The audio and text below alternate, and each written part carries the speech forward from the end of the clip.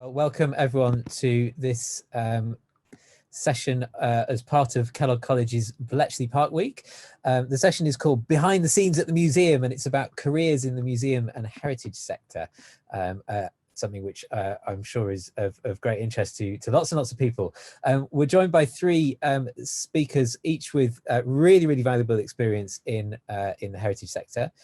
We've got, in reverse order, we've got Rebecca Foy, we've got Vikki Hawkins, and we're starting off with Stephen Parissien. Stephen is an architectural historian here at Kellogg. He's got over 30 years experience in the heritage sector, including 10 Since I was age 5. Since you were age 5, yes, quite, yes, yeah. That was going to be my next line. Yes, he was thrown into the museum like a Dickensian a child at age 5, and that includes 10 years as director of the Art Gallery and Park at Compton, Verne, somewhere familiar to many of us up here in the Oxfordshire region. He's also now chief executive of Palace House, the National Horseracing Museum in Newmarket. So Stephen's got a PowerPoint we're just going to share with you, but I just wanted to. And I'm sure you're all familiar with all this kind of stuff. Just remind you that if you could possibly put yourself on mute, and we'll have plenty of time for a question and answer session after the speakers. So do please save your questions for then. But in the meantime, Stephen. Thank you very much indeed. Let me share this with you. Delighted to be here today and delighted to be working with my friends at Bletchley Park. 8 minutes to tell you all about my career. Well, really, I want to sort of say two things really today. One, I'm going to start about me, just to say there are all sorts of routes into the museum and gallery sector, as my background, I think, proves. And there are also, and the second section is really looking at all sorts of things you can do in the museum and gallery sector. It's not just about curating. So quickly to summarise my background, well, as Jonathan said, I started off as an architectural historian. I still am. I work for the Georgian Group. Here we are in Spitalfields, next door to where the Georgian Group was based in Spital Square. Then worked for English Heritage. I know it's an old joke, isn't it, this one? But worked as effectively the head of public education for English Heritage. Then back into academia, worked for the Paul Mellon Centre for Studies in British Art, part of Yale University, working with museums and galleries across the UK and the US, and that was incredibly valuable. The Paul Mellon Centre is part of Yale University, but the only part that isn't in New Haven, Connecticut. It is in Bedford Square in London. Invaluable experience, great networking. And continuing my foray into the academic world, I worked at Plymouth University as Dean of the Arts, Humanities and Architecture. There's the new building I helped to create at Plymouth University, the Levinsky building. And as John mentioned, for 10 years, then I went into museums. So my academic experience, my conservation experience, both essential for this site, Compton Verne. If you haven't been, please do go. It's now reopened to the public, at least the grounds are. And the galleries should be reopened in May. It's a wonderful 18th century site, a building first built in around 1711 by Oxford's own William Townsend, remodeled by Robert Adam, landscaped by Capability Brown. And yet, so I was running both a historic site and a major regional museum and gallery. Since then, I've been consultant director to a variety of museums. The Butter Shoe Museum. Who knew there was a shoe museum in the middle of Toronto? There it is. I've worked with Newmarket. In fact, I've now finished that consultancy there, the National Horseracing Museum that John mentioned. I'm now working with Wickham Museum, just down the road. Also working for I'm working on Exhibition of the Archers. Who's an Archers listener? Anyone want to agree that they are in public? That's for the BBC, and also working on an exhibition on 1970s design for the American Museum in Bath, which will be launching next month. Obviously, I'm far too young, as we've established, to remember the 1970s, but there's people who have been inviting me. So there's a lot of ways into museums and galleries. Yes, the trad route is to look at a master's, look at museum and gallery studies, and that's very worthwhile. But as I'll say now, there's a lot of things you can do at the museum, behind the scenes, in front of the scenes. It's not just about curating. There's obviously visitor services, which is a large part of what we all do in museums. Operations, site management. Sorry, just an excuse to show this wonderful image of how not to create disabled access at a historic site. Education, hugely important, though education in museums is changing rapidly. Fewer classes visiting museums, more the ability of museums to go out and visit schools, colleges, go to them rather than come to us. I rather like the bottom slide, are wonderful 3 interlocking pieces by Henry Moore being explored. One family actually had their picnic on it. We had to tell them to desist, inevitably. Catering, event management. For museums like Compton Verne, weddings are a hugely important part, and there'll be loads coming this summer and next summer. It's all about events. That means bringing different visitors in, new visitors in, making our audiences bigger, of course, but also most importantly, more diverse. And hugely important, marketing and communications. Yeah, how we got our Canaletto exhibition into The Guardian. How we got ourselves on, I'm really proud about this, when we celebrated the tercentenary of Capability Brand, how we got our museum on the first class stamp, yes. And Blenheim Palace up the road only got on the second class stamp. Oh dear, how sad. Fundraising, incredibly important for any museum and art gallery. So comms into fundraising, vastly important. This is a very rare building, a Capability Brand chapel, listed grade 1 at Compton Verne. It was derelict and in an appalling condition. Raising funds from statutory funders, from individual funders, from trusts and foundations enabled us to bring it back to this wonderful state. Really proud of that achievement. And in some cases, maintaining landscape, a really important factor here at Compton Verne. Oh, and of course, yes, curation too. Here's 2 of our special exhibitions, Britain in the 50s above. Op Art below of 2016, which I'm delighted to say all over the Sunday Times, Valdemar Janaszak said, Compton Verne shows Britain how exhibitions should be done. I couldn't write it better. And of course, working with collections, the chance to engage, surprise, entertain, and demolish myths, as we did with this picture, one of our own, which we reinterpreted of Edward VI. The role of collections hugely important in not just bringing new audiences, harnessing academics, using academic partnerships to promote new research. Here's the Compton Verne's folk art collection, the best of its kind in Britain. Something that's really eye-opening. We won quite a sizable grant to completely reinterpret it, as you see here. It's accessible, it's fun. There's I mean, it is all about social history. It's all about individual people.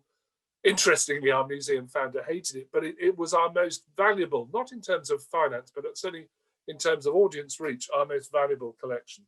Has much contemporary relevance. And to that end, when we did reinterpret the collection, we were able to inspire a contemporary artist, in this case, Mark Hurld, to help us do that. This is Mark Hurld's wallpaper, which we sold in the shop, responding to elements from the folk art collection. It's also, it's how to deal with other. Here we are in South Warwickshire, yet here is one of the premier collections of Chinese bronzes in the world. How do we make that relevant? Yeah, how do we inspire? How do we educate? So there's an awful lot of ways in. And just to conclude, of course, one of the key ways to really learn more about museums and galleries is to visit. But also, really importantly, please, when you've got some time, volunteer. We built up a big volunteer base at Compton Verne from zero. Yes, you can get a good master's too, and there's certainly very good courses you can take, but nothing beats being there, talking to the staff there, experiencing things. So as a volunteer, please do volunteer for a local museum or art gallery. There's lots of opportunities now for museums and galleries post-COVID. There's I think a new emphasis on putting museums and galleries front and center in helping determine the quality of life in our post-COVID landscape. Museums can provide safe, neutral spaces for individuals, for communities of all ages and backgrounds to meet, to renegotiate how they want to re-engage with the world now. So an exciting time to be in a museum. Please do not just visit, but please do volunteer.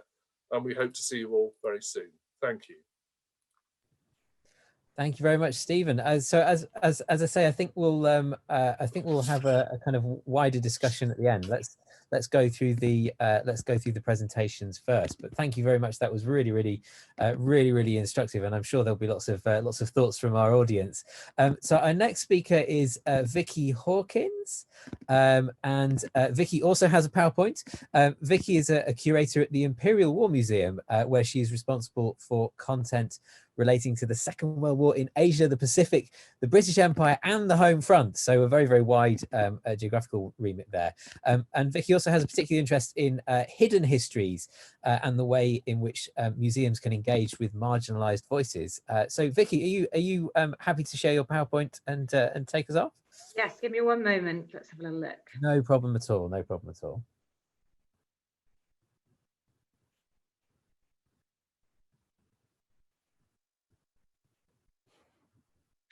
Okay, great. So yes, hello, my name is Vikki, and I've been a curator at the Imperial War Museum for about 5 years now.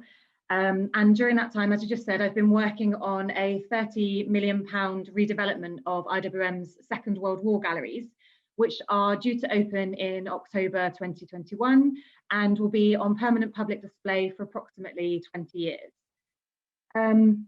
I'll talk more about my career in terms of what I'm doing at IWM now in a moment, but so for today, what I wanted to do was just give you a little bit of an overview of the path that I took to get to IWM.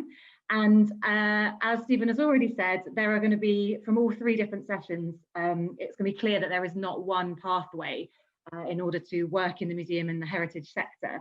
But I hope that by sharing my particular experience, you'll take away maybe 2 things. One, to make sure that you really enjoy what it is that you do and you look for things that are of interest to you rather than what you think people are looking for when it comes to a career or a job. And secondly, to say yes to every opportunity, to work with other teams, soak up their knowledge and to put yourself forward because you don't know where it's going to lead. So essentially it's that sort of volunteering, again, that Stephen just mentioned there.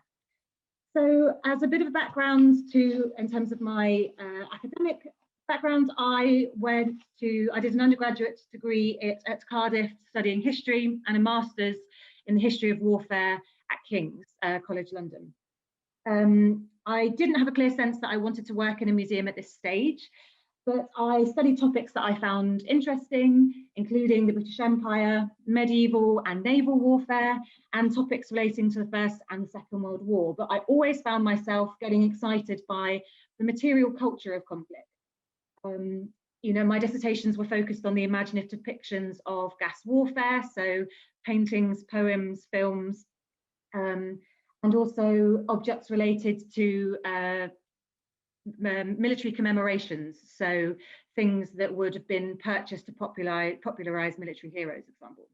So I realized that potentially working in museums would be a good fit for me.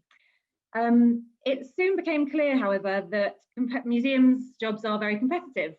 And I remember applying for a researcher role at IWM straight after I'd finished my master's degree, thinking, well, I have a master's in the history of warfare, of course I'm going to get an interview for the Imperial War Museum. I didn't at all. But even entry-level jobs seem to require experience of working within an institution. And I realized that if I wanted to know what part of a role I wanted to play in a museum, I would need to do some volunteering. So I found a volunteering post at the National Army Museum doing prospect research. So I was looking into their archives to identify companies who had donated to the museum when it first opened. Brands that you'll still have heard of today, like Gillette and Boots, for example, to see if they would support the museum in their current fundraising endeavours. And now I lived in Wiltshire at the time, and I travelled up to London once every 2 weeks to volunteer. I was also working at a hot air balloon company to make some money, although I don't necessarily recommend that that is essential in your career path to being a curator. It was very interesting. And I'm aware that I was in a very privileged position to be able to volunteer. But I would like to stress that there are lots of ways that you can volunteer from home. The National Archives has got a digital volunteering programme which encourages people to help decipher their collections and documents from home. And also local collections are really, really key in being able to get up and close to the objects that, that you want to study. Some of the basic skills that I would encourage you to sort of get throughout volunteering include object database work, research, which can be very general in terms of stories of objects, of people, or of events, anniversaries. If you can, some object handling, and also the opportunity to work with the public in some way. So that's where those visitor experience and those kind of tour guide volunteering is also fab. My National Army Museum volunteering role led to my first paid job, which was at the Wallace Collection. For those of you that aren't sure where this is, it's just behind Oxford Street in London. It's a beautiful historic house with 18th and 19th century paintings, furniture, decorative arts, and an arms and armoury. My role there was to write applications for trusts and foundations to get funding for paintings conservation, exhibition projects, learning. And because the Wallace was quite small, with quite small teams, I was really able to pitch in with as many of these different teams as possible and learn how the museum works and how they all interact with each other, which has been a really important piece of sort of skill development for me. But I did realise that while I was there, I really wanted to have more involvement with the day-to-day work with objects. And so I started to volunteer again, this time with the London Bubble Theatre Company, who were looking at a project to collect oral histories about the bombing of Hiroshima and Nagasaki in 1945.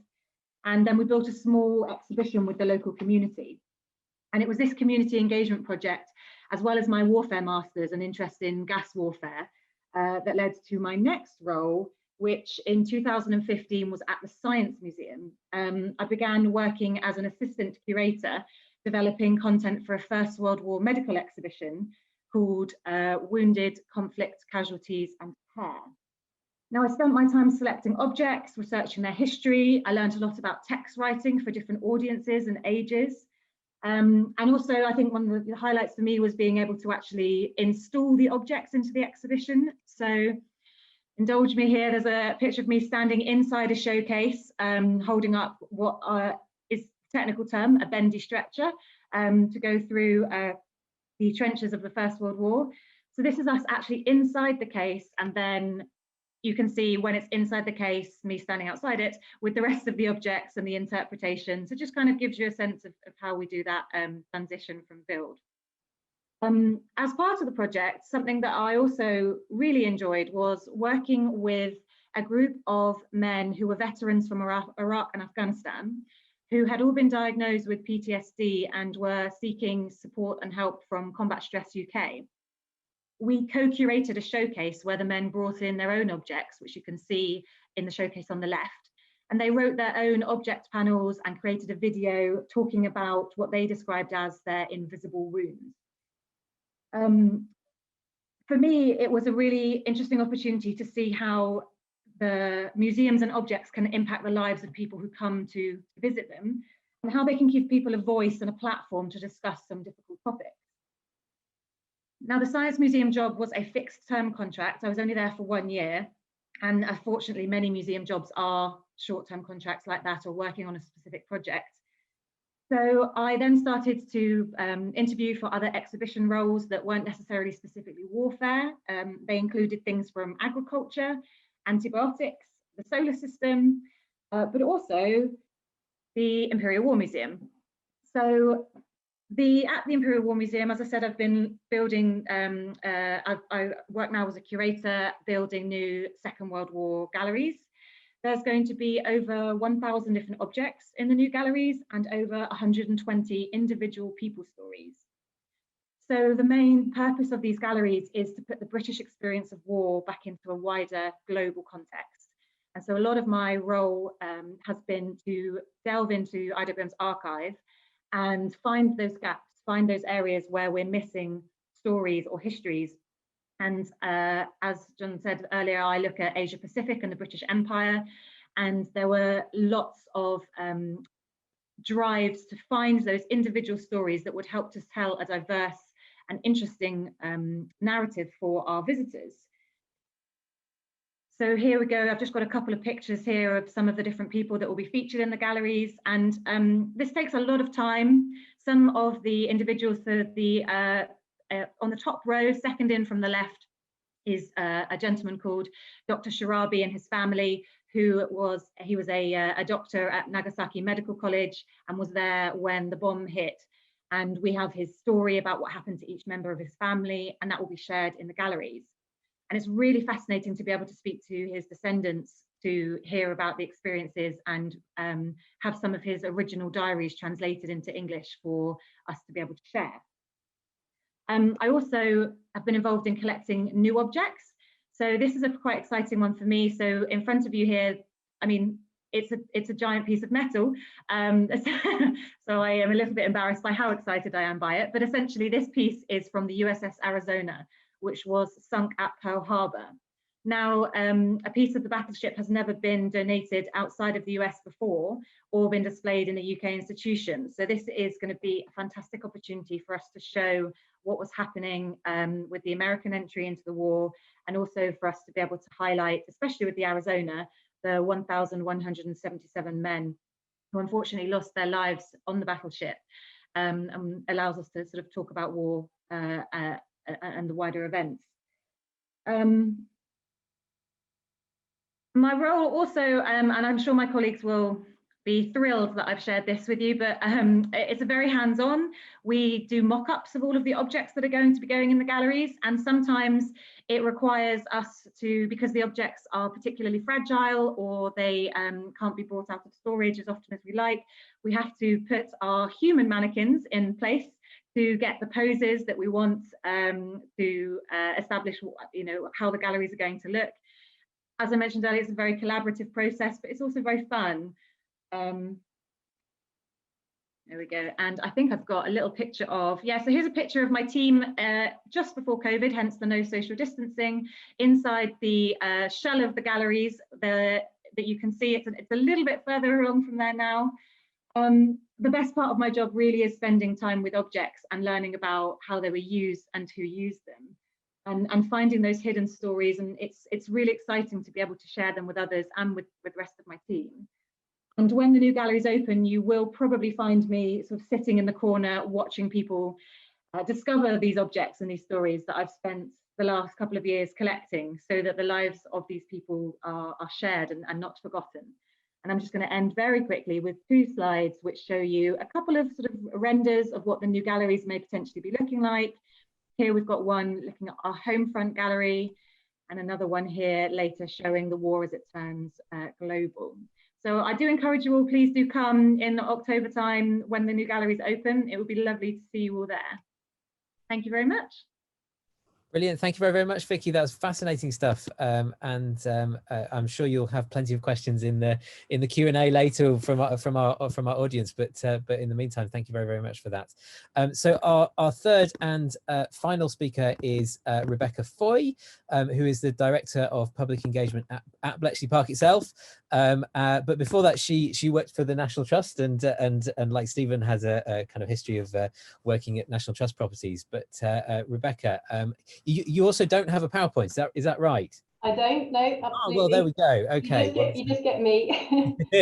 I'm sure that's absolutely fine. Can you hear me okay, John? Yeah.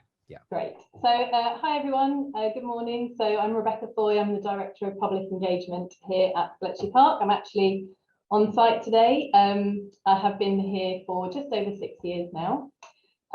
It's really, really cool to be part of Bletchley Park Week this year. For some years now, we have hosted visits of Kellogg College during this week and arranged tours and talks, and actually brought Enigma machines to Kellogg. So it's great that actually, despite the restrictions, we can still hold a very interesting kind of week of talks online this year. So my role as one of 3 directors reporting to the CEO covers operations, including retail and catering, learning, collections and exhibitions, communications and marketing. So I'm coming at this from a very different perspective from Vikki and Stephen, which is good. I've had a very different path to my role at the moment. And in preparing for sort of this morning and what I wanted to talk about, I felt it was a little bit like looking at my memoirs or something, or like an episode of This Is Your Life. But I want to share with you my career path and some thoughts on how and why I ended up where I am now. And then I believe we've got lots of opportunity for questions at the end. So, I mean, I studied history at university. I studied as part of that military history, including World War II, and absolutely no mention of Bletchley Park during my education whatsoever. And like some people who go off to university, I came home with absolutely no plan. I actually went back to work at the shop that I had worked at since I was 17 as a Saturday girl, and came home in the holidays and so on. And actually, my manager left, and I very quickly became, was asked to take up managing the shop. And then very quickly, I became an area manager of 5 shops. And before I realised it, 2 years had passed. At that time, aged 23, my parents actually decided to go their separate ways, and it was something of a turning point for me. Some friends were planning a big round the world trip, and I decided to go with them. Otherwise, I thought I'm going to be stuck in retail forever. So a year later, I came back and decided I wanted to put my degree to good use, and I wanted to be surrounded by heritage and by history. On my travels, I had seen some amazing and beautiful places of such historical importance. I thought I really want that in my daily life. So actually, I set about, I wrote to every single National Trust property and every English heritage property asking for a job. I had a lot of responses, all of them letting me know that this is not how you go about doing things, that you actually have to apply for a job, a specific job, and not just offer your keen history graduate retail manager services. And I was offered several retail manager roles within the National Trust, but I eventually accepted the role of property administrator down at a place called Tinsfield near Bristol, a new National Trust property acquisition, relatively new, only a few years the National Trust had actually owned it. It's an amazing Gothic Victorian mansion. And I was effectively answering the phones, minuting meetings, and being the property manager's sidekick, making coffee, that kind of thing. I took a big pay cut and kind of relocated down there. And I spent the next 5 years at Tinsfield doing pretty much anything and everything. I was promoted twice during this time. I became Assistant Visitor Services Manager, looking after ticketing and events, that kind of thing. And then ultimately Visitor Services and Enterprises Manager, looking after retail and catering and new visitor facilities and lots of other projects. I just said yes. I filled in when people left. I slept in the mansion every Thursday night when we were short of security guards. Actually going down a slight rabbit hole, but I do remember once sitting on the floor in the semi-darkness by myself in the servants' corridor at the back of the mansion, waiting for a bat to fly out so that I could lock and alarm the mansion, thinking, how did I get here? Like, I used to be a retail manager. What am I doing sitting on the floor of Tinsfield in the servants' corridor? My years at Tinsfield were really hard work, but very life-changing. I gained so much valuable experience in visitor operations and managing people, and really I just quite simply mucked in and did whatever was needed. And I really felt like I'd found a niche, like working in a stunning historic location, but using my passion for customer service and making money seems to be a winning kind of combination for me. And then I saw a new job advertised, Visitor Experience Manager at another National Trust property called Cliveden, which is actually in my hometown of Maidenhead in Berkshire. So I thought the mothership was just calling me home and back from the West Country. And not only was the estate somewhere that I had spent a lot of time running about in when I was little, but I was actually born there too. So there was a Red Cross hospital that was set up in the First World War and carried on into the Second World War. And I was actually one of the last babies to be born in that hospital before they pulled it down. made luxury apartments for the over 55s wealthy people of Berkshire, Buckinghamshire. And I was delighted to be appointed into the role. And Cliveden was and still is actually one of the National Trust's busiest properties. During my time there, on our busiest day, we had just over 10,000 visitors in one day. I took on bigger teams. I project managed retail and catering refurbs. I ran holiday cottages. I just kept saying yes again. I mucked in, I cleaned Portaloos, I manned the raffle, I ran outdoor theatres, I car parked on busy bank holiday weekends, most weekends. And actually it was one of the things that my boss told me I had to stop doing was car parking. I think he thought I enjoyed it too much. But I absolutely loved my job at Cliveden in a beautiful location. It just made my heart sing every day. And I think, you know, going back to what Vikki just said about doing something that you enjoy, I just felt so kind of blessed to be there every day. And then one day, after I'd been at Cliveden for about 5 years as well, a good friend of mine sent me an email with a job description attached to it. And he said, isn't it about time you stopped cleaning Portaloos, Rebecca, and actually became a director? And the role was Director of Operations at Bletchley Park. And as I said, I'd never heard of Bletchley Park before, which people still don't believe me when I tell them that. But the job description looked really perfect for me and would be a really good next step on the career ladder for me. And again, I was fortunate enough in being appointed to that role, and I moved up here again to take up the post. At that time, Bletchley Park had just relaunched itself following major capital renovations and investment on the site. The Imitation Game had just been released. That was about a month before I started. So it was a very exciting time to join. Visitor numbers were on the up. Everything was kind of exploding, really. And at the end of my first year here, due to such rapid growth and development of the site and the organisation, it really became clear that we needed to review how we were doing things and the structure of the team. And I spent a long time speaking with my boss, Ian, who Stephen knows very, very well, about taking on a wider breadth of functions and looking after a wider area than I had originally been appointed to. So not just all about visitor operations. And I was a little apprehensive because some of the teams were teams that I didn't have direct experience of what their jobs entailed or had never done their roles before. So this was a very significant shift for me in my career progression and actually really becoming a leader rather than a manager of a team of people who actually kind of do the same job as. And I've absolutely thoroughly enjoyed the challenge of bringing people along with me and kind of showing the direction of travel, and even not necessarily having done those jobs before. So as I say, I look after all of the historians and the curators and that whole side of the museum, looking after the museum that I have no direct experience in. So my new role of Director of Public Engagement was formed, and I took on marketing and comms, collections, exhibitions, and the whole learning department, and we actually trimmed down from 6 directors down to 3. This last year has been super difficult for everyone. Everyone on the call can relate to that. We closed Bletchley Park 3 times and have felt the significant financial impact of doing so. We've restructured the team again, and we've made about 25% of the staff redundant.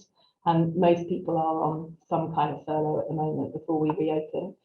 But the end is in sight. I think we're on that final push, you know, and 19th of May is coming up nice and soon, and we hope to be open by then and have some exciting plans in the pipelines.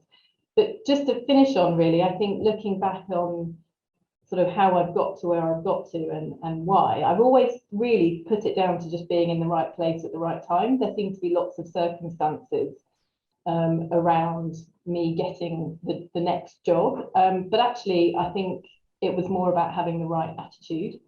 And I find now that I absolutely look for the kind of yes attitude in people when I'm recruiting, and skills and experience absolutely form the basis of what makes somebody on paper very suitable for a role. But a lot of things about working in a museum can be learnt. It can be, you can have training and you can pick things up as you go and gain experience along the way. But recruiting people who's fundamentally have a positive and a yes approach to work. Don't say things like it's above my pay grade or that's beneath me or anything like that, you know, and that's cliche really, a real team player, but people who actually go out of their way for the benefit of the organisation is something that I feel that you just can't kind of teach somebody, and that's certainly something that I look for in this industry. Thank you. Brilliant. Thank you very much, Rebecca. That's really, really useful, really, really interesting. And yeah, I also hope that everything can open up as soon as possible, partly because only having, you know, London's local parks to walk around is driving me absolutely crazy at the moment. So yes, I hope to be able to visit places like Bletchley in the near future. And I'm sure we all do. In the meantime, we have entertainment like this to keep us busy. I'd like to throw open for questions. Not being a regular Zoom user, I like the rest of the university, I'm more of a Teams kind of guy. But I see that there is a raise hand function. So if you do want to ask a question, then could you please raise your hand, and I will then ask you to contribute your question. So while you're all thinking of great questions to ask our panel, we have had one in the chat from Louise. So thank you very, very much, Louise. I hope you don't mind if I just read it out. And equally, if anyone has questions that they want to put it in the chat, then we can work through those. And that's I'm very, very happy to work that way. And Louise has asked, will technology become more important for museums in the light of current events? And are there technology-specific programs for people interested in combining tech skills with working in the museum sector? A great question, Louise. Thank you very, very much. Does anyone on our panel want to respond to that? I'm not asking all of you to respond, nothing so clunky as that, but if anyone does have anything they want to say, then yes, please. And so Vikki, yes. Yeah, no, I would say that we have, there are loads of opportunities for combining tech with museums. A lot of museums already have or look to create audio-visual experiences or interactives within their gallery spaces. Some museums, depending on the size of them, will have an internal digital team who will be responsible for helping to develop those. Or alternatively, you can look for, there's quite a lot of contractors that work almost exclusively with museums to create bespoke films or, as I said, interactive elements for galleries. So there's definitely a group of people, there's definitely an avenue there if that's something you'd like to look at to combine the both. And you can, I would honestly say that if you were thinking about looking at sort of the sort of contractors and finding out a bit more about what kind of people they are, when you go into a museum next time and you go into an exhibition, have a little look at the panel at the end that usually has the thank you panel for all the information about who was involved in the exhibition. And they'll list a lot of the contractors that they work with, and that might give you some sense of an idea of the kind of people that you could have a little look at and see if that was a career or a path that you wanted to go down. Great, thank you, Vikki. Thank you. Does anyone else want to? Can I just really emphasise what Vikki said? Obviously, interactive technology is going to be changing post-COVID, but at the same time, and what we've all been developing pre-COVID is interactive where you don't have to touch things and you use either a provided tablet or phone or indeed your own technology to access interpretation at a wide variety of levels. The wonderful thing technology can do is get away from the one-size-fits-all interpretation, the one-size-fits-all label, and give you the sort of interpretation you want at your level, which is marvellous. So QR codes on the wall, that sort of thing.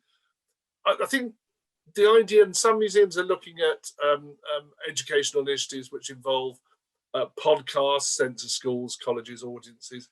I think certainly for all the places that we've all worked, and so I'm sure Rebecca and Vikki would say the same thing, that being there, seeing the thing in real is incredibly important, and it's the feeling of the site, I think, for all our museums.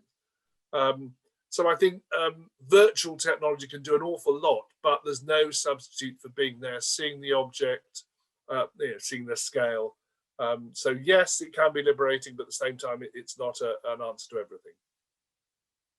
Brilliant. Yes. Rebecca, I'm going to assume that you're happy to move on to the next question, which is from Annette. Thank you, Annette. Annette says, what are your thoughts? Is there a gap in the sector, a specific role or area that is short of employees at the moment, or will be needing them in the next few years? So, for example, digital, marketing, access, operations, admin positions.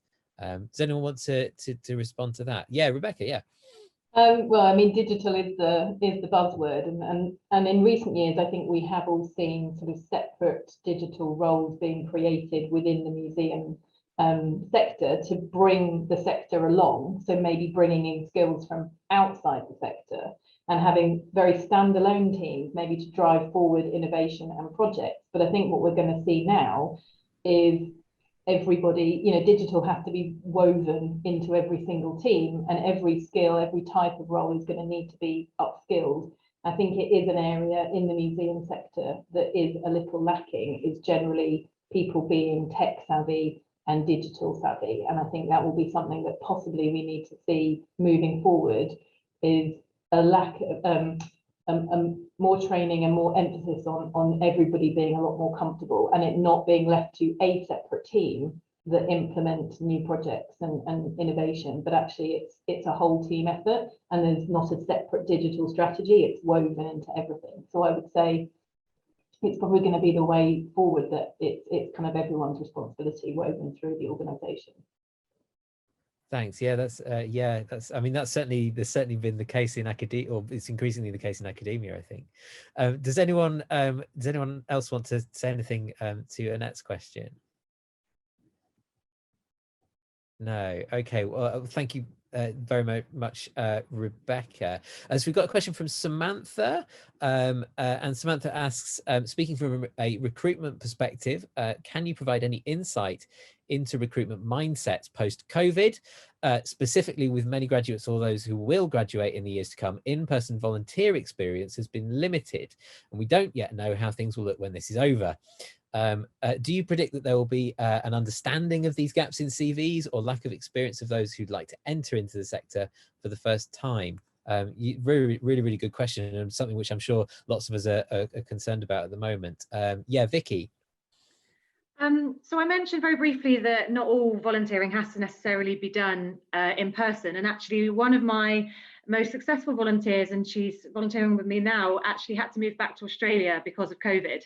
And you know, there are so many opportunities for I mean, I'm sort of specifically talking more towards curatorial, so there is obviously other roles to go into, but in terms of my curatorial experience, you know, so some of these volunteers can be doing research from home. They can, you know, we've been sending them transcripts of oral histories for them to help us format and to go through and to check for details.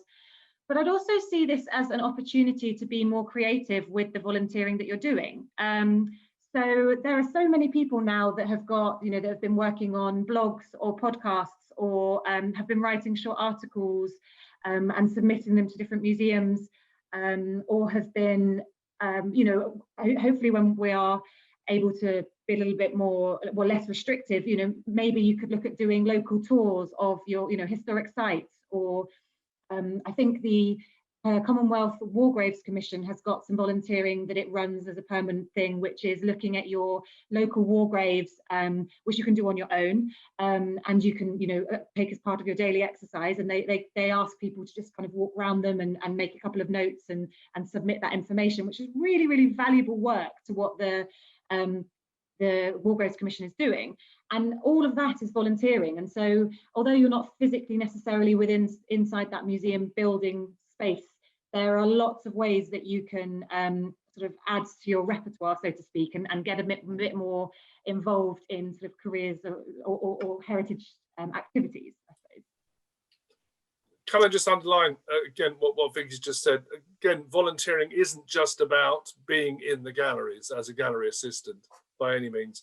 There's all sorts of volunteering opportunities in, you know, and particularly volunteers who've got experience either through their degree or through business experience in finance, marketing, HR, fundraising. And that, as Vikki says, doesn't have to be done on site necessarily. So, but I think all museums as well will be looking to build both virtual and in-person volunteering over the next few years. Partly because it's a good way of proceeding for the museum in terms of balance of staffing, but also helps museums be more in touch with their community and more reflective of their audiences. Great, yes, thank you. Do we have any more questions at the moment? Things have gone slightly quiet on the message board. Has anyone would like to ask a question at this stage? Yeah, Matt, thank you. So Matt asks, do you think it's useful to specialize in a certain area of your career, e.g. ancient history education, or keep education remit open, so to adapt to gallery art education, for example? Can I do a quick start? But I think that Vikki and Rebecca will be good at. Bizarrely, all three of us have sort of come round to what we were doing at university. I meant to say I studied history. In fact, I specialised in 18th century history. That's what my doctorate is in, 18th century architectural history. But at the same time, an awful lot, perhaps not with Imperial War Museum and Bletchley Park, but an awful lot of museums are universal museums, big or small, where I had to suddenly be an expert on ancient Chinese bronzes and British folk art. So specialization is good for the nature of learning about specialization, learning about collections, but at the same time, you have to be something of a generalist. I think it's rather ambitious if you feel, right, I'm definitely going to be working in an ancient history museum, with archaeological artifacts. And of course, we're all historians here in one form or another, aren't we? And there's an awful lot of museums which are not history museums. Absolutely, yeah. So presumably that applies to other subjects as well as just within sort of wider historical discipline. Vikki, I think you had something to say. Yeah, I was going to say that it kind of goes back to what I was saying about selecting when you're looking at courses, to pick one that you enjoy rather than what you feel people will want. One of the questions that I get asked a lot is whether or not you should take a master's in a specific historical subject or a master's in a museum studies type degree. And there are definitely pros and cons for both. But I would say that what you gain from doing a specific subject MA is sort of honing those research skills in a specific subject. And yes, that specific subject might not be what you get the exhibition on, or that you then work in a museum that's related to, but that it's sort of displaying a specific skill. And you can gain a lot of those, a lot of the information that you'd get from a museum studies type course from actually being in, volunteering, from being within teams, learning from them. Although if you don't know what you want to do, then those museum studies courses do provide a great sort of introductory explanation into all those different areas.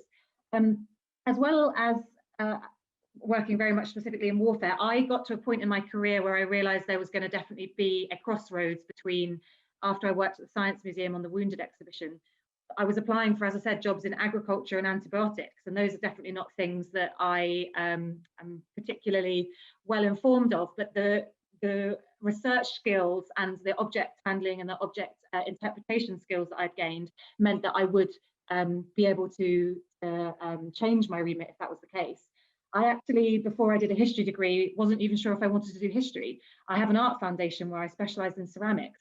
So, there isn't one super clear path, but it does mean that all of your life experiences do build up into having those opportunities come to fruition. The fact that I selected gas warfare as a dissertation, which might seem quite strange, led to an exhibition related to medical histories in the First World War. And at the Imperial War Museum, I certainly didn't go there with a specialism in Asia and the Pacific or specific elements of Chinese history.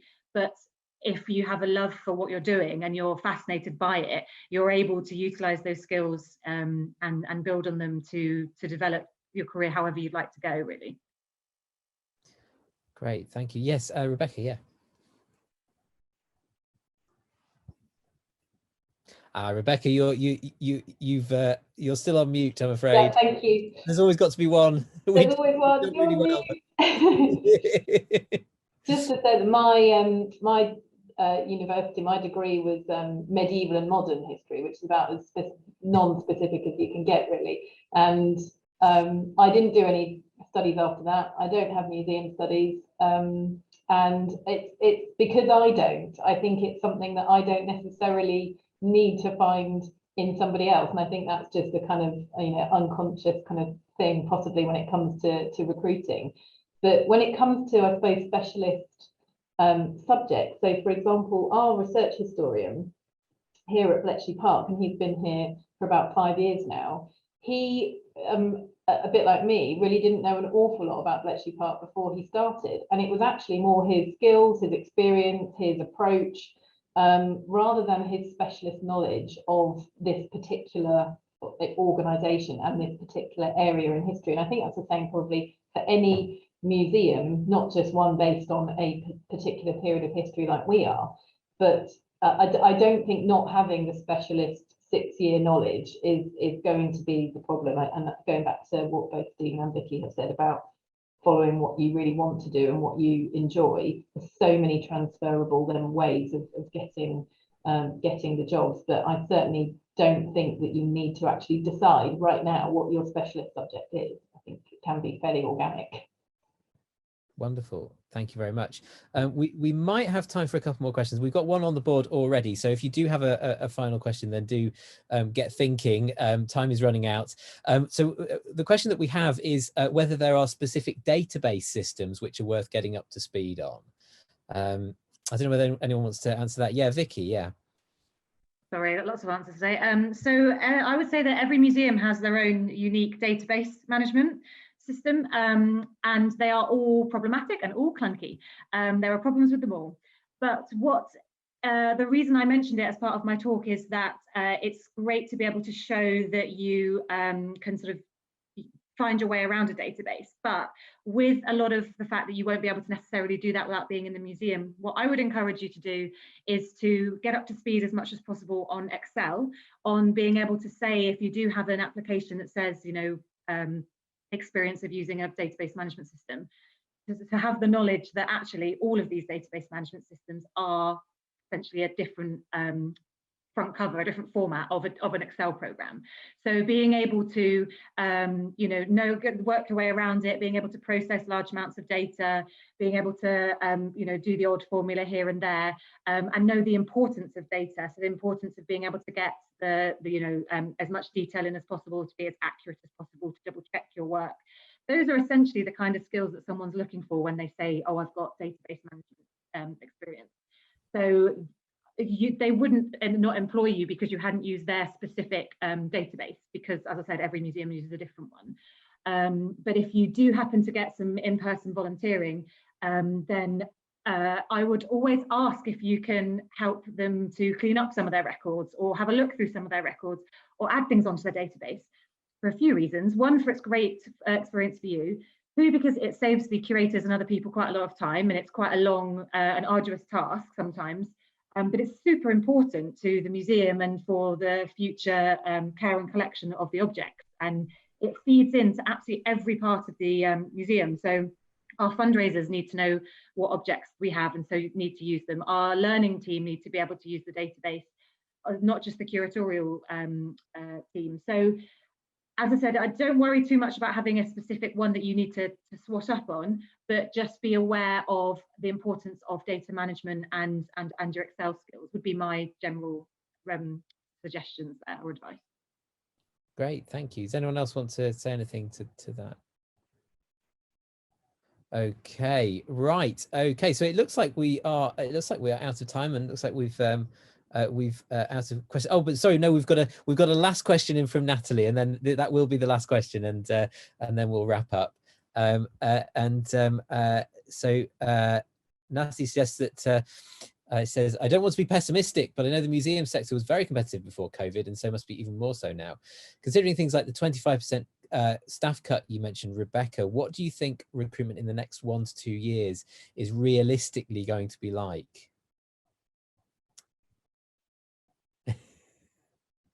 Anyone want to? Vicki, yes, yeah. Oh, do you want to go first, Rebecca? Because I saw you had your hand up and I've spoken. Oh, sorry, I didn't. Oh, sorry, Rebecca, I didn't. No, that's quite all right. I mean, just as to go from pessimistic to positive, then I am actually hopefully recruiting someone this afternoon. So hurrah, we can try and add someone back into the ranks. But I mean, for us, and this is just very specific for us, is we are an independent museum and we don't receive regular government funding. And that is why we had to do the reorganisation and the redundancies that we went through. It's certainly not the same across the board in our industry. We had to take quite drastic measures because of our financial position. As I said, I don't think that's reflective across all our peer sort of organisations. And our growth and our ability to be able to rebuild and recruit in the future will be based on the return of visitors. So that's my job, is to get, you know, bums on seats and re-engage with everybody, and you know, over the coming weeks and months. So we're very positive that things will, in the not too distant future, be able to get back to normal. So I think it's probably a short-term issue, and I think there are still an awful lot of museums out there recruiting. So I don't know if anybody else wants to add anything to that. So can I quickly just echo what you said, Rebecca, that I'm also looking to recruit at Wickham. Yes, there may be different sort of jobs we're recruiting for. Particularly, I'm looking to recruit in community engagement in that area. I think things are going to be important going forward in the post-COVID landscape. But you know, we have to grow out of this. We can't just cut our way into solvency. We have to, as Rebecca says, harness audiences, look to bring more people back in, and use that to grow back to resilience.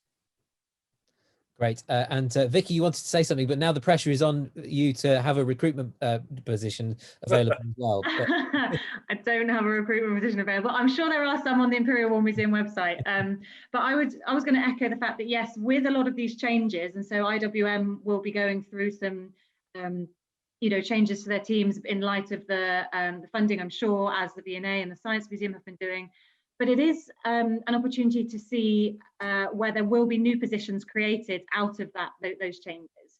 And once we start getting visitors back in through the doors, that there will be an influx of money, hopefully, and so potentially some more jobs will become available. So I would agree that it is still going to be competitive, but there is opportunity for change during this time, and there's a lot more emphasis, I think, on reaching out to communities, especially because everybody's been very much at home at the moment. There's going to be a lot more looking at mental health, at marginalised and hidden histories, and so some of these are the topics maybe that you'll see a few more potential recruitment roles for.